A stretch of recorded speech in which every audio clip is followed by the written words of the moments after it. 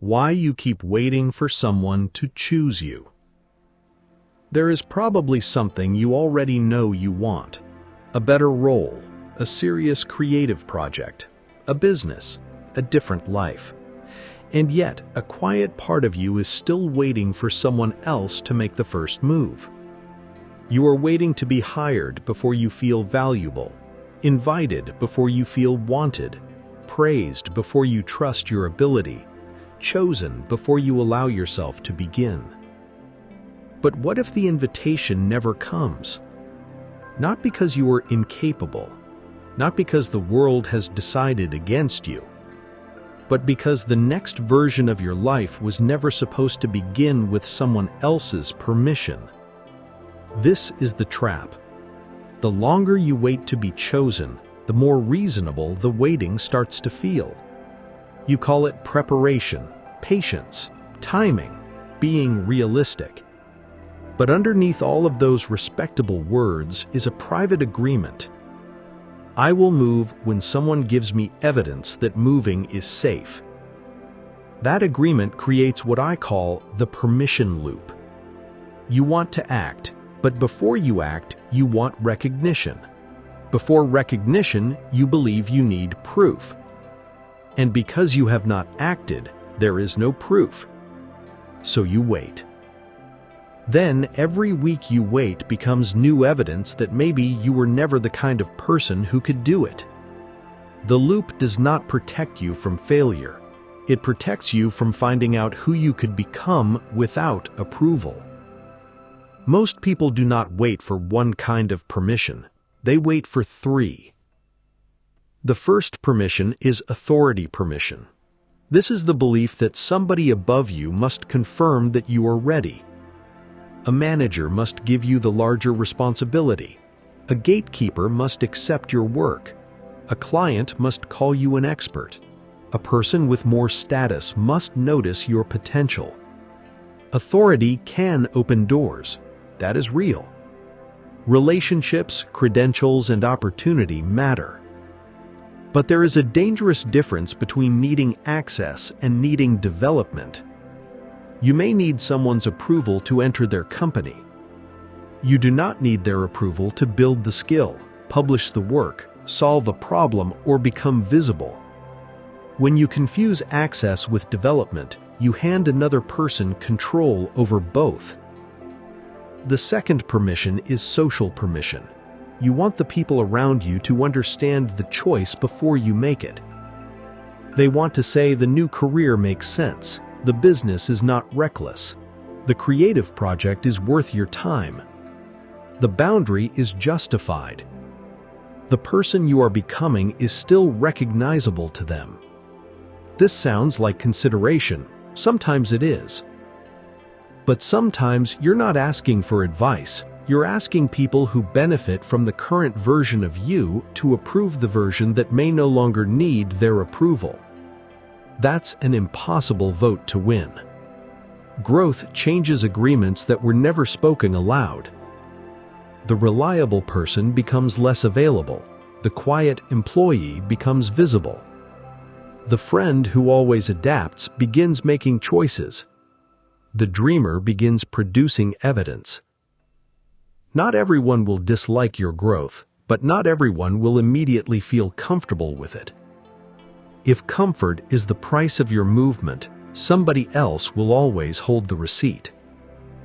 The third permission is emotional permission. This is the hardest one to recognize because nobody else appears to be involved. You tell yourself you will begin when you feel confident, when the fear becomes smaller, when your mind is clear, when you finally feel like a person who belongs in that room. But confidence is not a document delivered before action. It's usually a memory created by action. You do something uncertain. You survive being seen. You correct what did not work. Your mind stores the experience as evidence. Only then does the feeling begin to change. Waiting to feel ready before you move is like waiting to become fit before entering the gym. The order is backward. This does not mean you should make reckless decisions. It does not mean quitting your job tonight, risking money you cannot lose, or ignoring people who genuinely depend on you.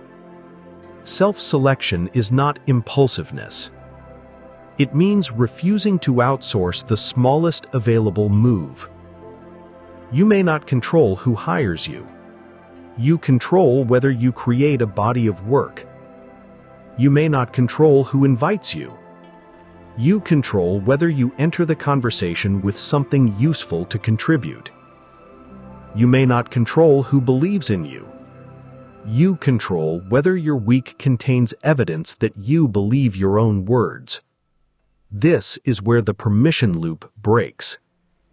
Not with a dramatic declaration, with self-selection. Self-selection means acting like a participant before the world confirms your position. The writer writes before being called a writer. The leader solves a neglected problem before receiving the title. The creator publishes before feeling original. The person rebuilding their life makes one decision the old version of them would have postponed. You do not need to announce a new identity. You need to perform one behavior that makes the identity less imaginary. Here's a simple way to do it. First, name the person's permission you are waiting for. Do not write everyone. Be specific. Your manager, your parents, your partner. An imagined audience, a future customer. The version of you who is finally confident. Now complete this sentence. I believe I cannot begin until this person gives me. Maybe the answer is attention, money, praise, certainty, a title, forgiveness, proof that you will not look foolish. Now separate the door from the move. The door may genuinely belong to someone else. They decide who gets hired, funded, promoted, admitted, or invited. But the move is the smallest action that develops your ability whether that door opens or not. If you want the role, the move might be documenting one problem you can solve and sending a one-page proposal. If you want to create, the move might be publishing a small piece instead of building another private plan. If you want a different life, the move might be declining one obligation that exists only because you are afraid to disappoint someone. If you want to start a business, the move might be speaking to one potential customer before touching the logo, website, or business name. Make the move small enough to complete within 24 hours, but real enough to produce a consequence. That last part matters. Thinking about it is not a move. Researching it for another evening is not a move. Reorganizing your notes is not a move. A real move enters reality. It can be sent, published, declined, requested, scheduled, or completed. It creates information your imagination could not provide. You may discover that you were less prepared than you thought. Good, now you have a specific skill to build. You may discover that somebody says no. Good, now the fantasy of universal approval is no longer controlling you. You may discover that the response is warmer than expected. Good, now your fear has less authority than your evidence. The purpose of self-selection is not to guarantee success. It's to stop allowing uncertainty to make every decision on your behalf. There is another uncomfortable truth here. Sometimes waiting to be chosen protects a beautiful identity. The person who could have done something meaningful if only someone had noticed. Potential is emotionally safe because it cannot be measured. Work can be rejected. A business can fail. A boundary can upset someone. A real attempt can reveal your current limits. But potential that is protected forever eventually becomes regret.